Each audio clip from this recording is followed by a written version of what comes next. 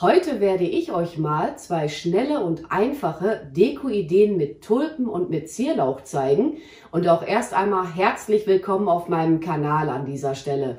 Ja, und jedenfalls hat jetzt mein erstes Glas in meinem Fall eine Höhe von 20 cm und der Durchmesser beträgt auch 20 cm. Auf meinem Arbeitstisch befinden sich 5 mal Zierlauch, ein Bund Tulpen und ein Bund Birkenzweige.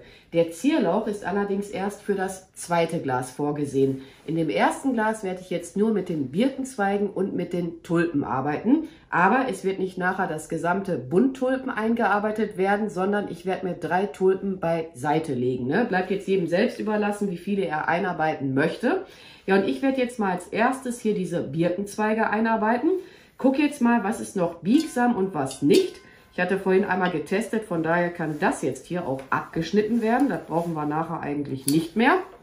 Ich hatte die Birkenzweige jetzt auch noch eine gute Stunde im Wasser liegen gelassen, damit sie letzten Endes auch nochmal biegsamer werden. So, und die werden jetzt so in mein Glas eingearbeitet. Das sieht nachher ganz cool aus, hoffe ich jedenfalls. In dieser Art und Weise habe ich das jetzt zuvor auch noch nicht gemacht. Mal so rum einarbeiten, dann mal einfach so rum einarbeiten. Einfach, ich sag mal so nach Gefühl einarbeiten. Wenn ihr aber merkt, das knackt hier, einfach abschneiden. So, du sollst aber hier wieder hinein. Das hat man auch wirklich relativ flott erledigt. Ich denke mal, das Ganze wird jetzt hier für mich nicht länger als eine Viertelstunde dauern. Hier haben wir einen ganz dicken, der ist ein bisschen kritisch. Müssen wir hier mal etwas absäbeln. Zack, zack. Diese kleineren Zweige kommen da gleich auch mit in das Glas hinein. Das ist im Übrigen auch immer eine Schere, die kann man auch für das Ikebana verwenden. Wer sich da immer mal fragen sollte, mit was für einer Schere ich schneide. Wie gesagt, das ist eine Schere, die kann man fürs Ikebana auch nehmen. Das sind japanische Blumenarrangements. Oh, schade, hier ist einer weggebrochen. Der war dann doch zu dick. Lege ich mal beiseite für irgendwelche anderen Projekte. Wobei, so lange werde ich jetzt auch nicht mehr mit Birkenzweigen arbeiten. Das Ganze soll jetzt auch nicht irgendwie noch österlich später gestaltet werden. Ich will das so relativ neutral lassen, sage ich jetzt einfach mal. Und dann werde ich das aber jetzt hier auch mal für euch etwas beschleunigen. So viel zum Zweig einarbeiten kann ich jetzt auch nicht mehr erzählen. Einfach, wie gesagt, nach Gefühl machen.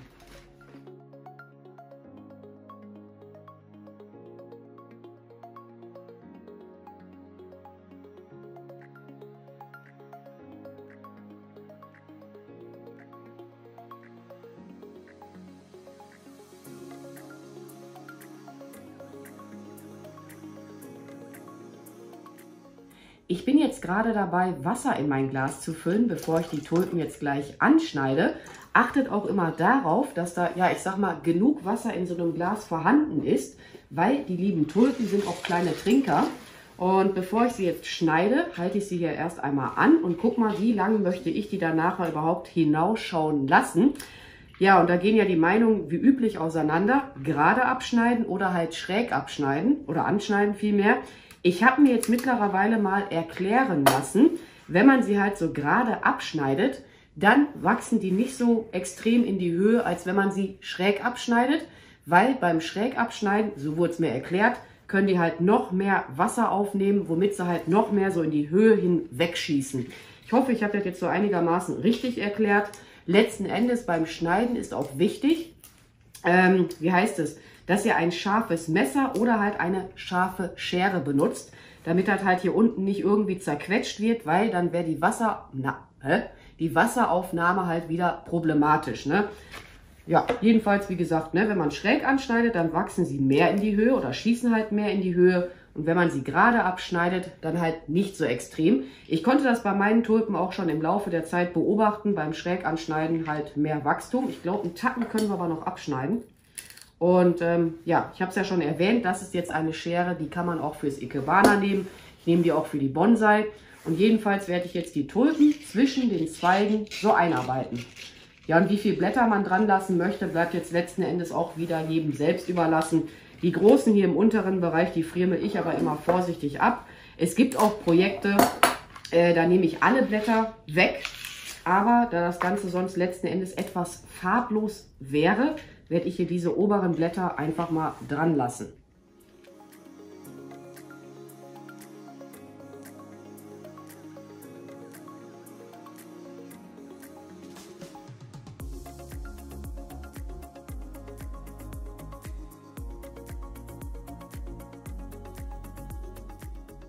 Noch mehr werde ich jetzt an diesem Glas nicht dekorieren. Ja, und für euch geht es jetzt auch direkt weiter mit Glas Nummer 2. Mein zweites Glas hat eine Höhe von 60 cm und der Durchmesser beträgt 18 cm. Und ich stehe jetzt hier auch mittlerweile auf so einem kleinen Tritt, damit ich die Materialien gleich auch ordentlich einarbeiten kann, weil ich bin sonst letzten Endes zu klein, um da irgendwie halt gescheit auch drankommen zu können. Ja, und was ich jetzt als erstes mal machen werde, ich fülle in dieses Glas auch schon mal Wasser hinein. Ich werde jetzt mal als erstes damit beginnen und meine Weidenkätzchenzweige einarbeiten. Die stammen aus dem Garten eines Freundes. Dann kommen diese 3 Tulpen hinzu, müssen natürlich auch noch zurechtgeschnitten werden und ich muss da auch noch ein paar Blätter entfernen. Ja, und ganz zum Schluss ist dann dieser Zierlauch am Start. Den halte ich auch erst einmal an mein Glas an und gucke halt mal, wie kurz möchte ich den nachher haben. Oder ja, wie weit soll er letzten Endes aus dem Glas hervorschauen, hinauslugen, wie auch immer. Und wie gesagt, als erstes sind die Weidenkätzchenzweige am Start. Dann kommen die 3 Tulpen hinzu und ganz zum Schluss der Zierlauch. Ich muss mal gucken, wie viel ich von den Weidenkätzchenzweigen da letzten Endes überhaupt drin haben möchte. Der erscheint mir jetzt hier etwas zu groß. Ist auch manchmal so ein bisschen puzzeln. Einfach wieder frei Schnauze arbeiten bzw. nach Gefühl die Materialien einarbeiten.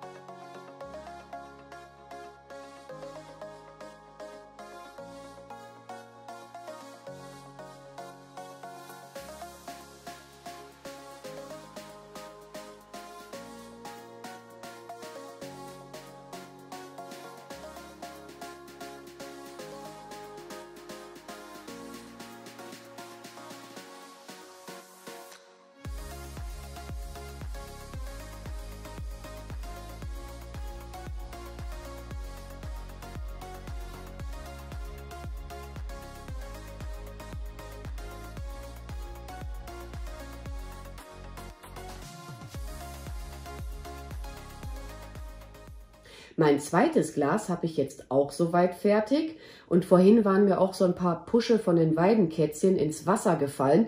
Ich habe dann einfach diese lange Pinzette verwendet, um das da aus dem Wasser hinausfriemeln zu können. Aber ich muss jetzt echt auch mal an dieser Stelle zugeben, dass ich halt diese Farbkombination mit dem lilafarbenen Lauch und mit den orangefarbenen Tulpen auch total klasse finde. Ja, jedenfalls findet ihr alle benötigten Materialien für die beiden Projekte auch nochmal in der Videobeschreibung. Und ansonsten werde ich mich jetzt auch mal an dieser Stelle bei euch verabschieden. Ich bedanke mich fürs Zuschauen. Macht's gut, eure Pink Peach. Bye!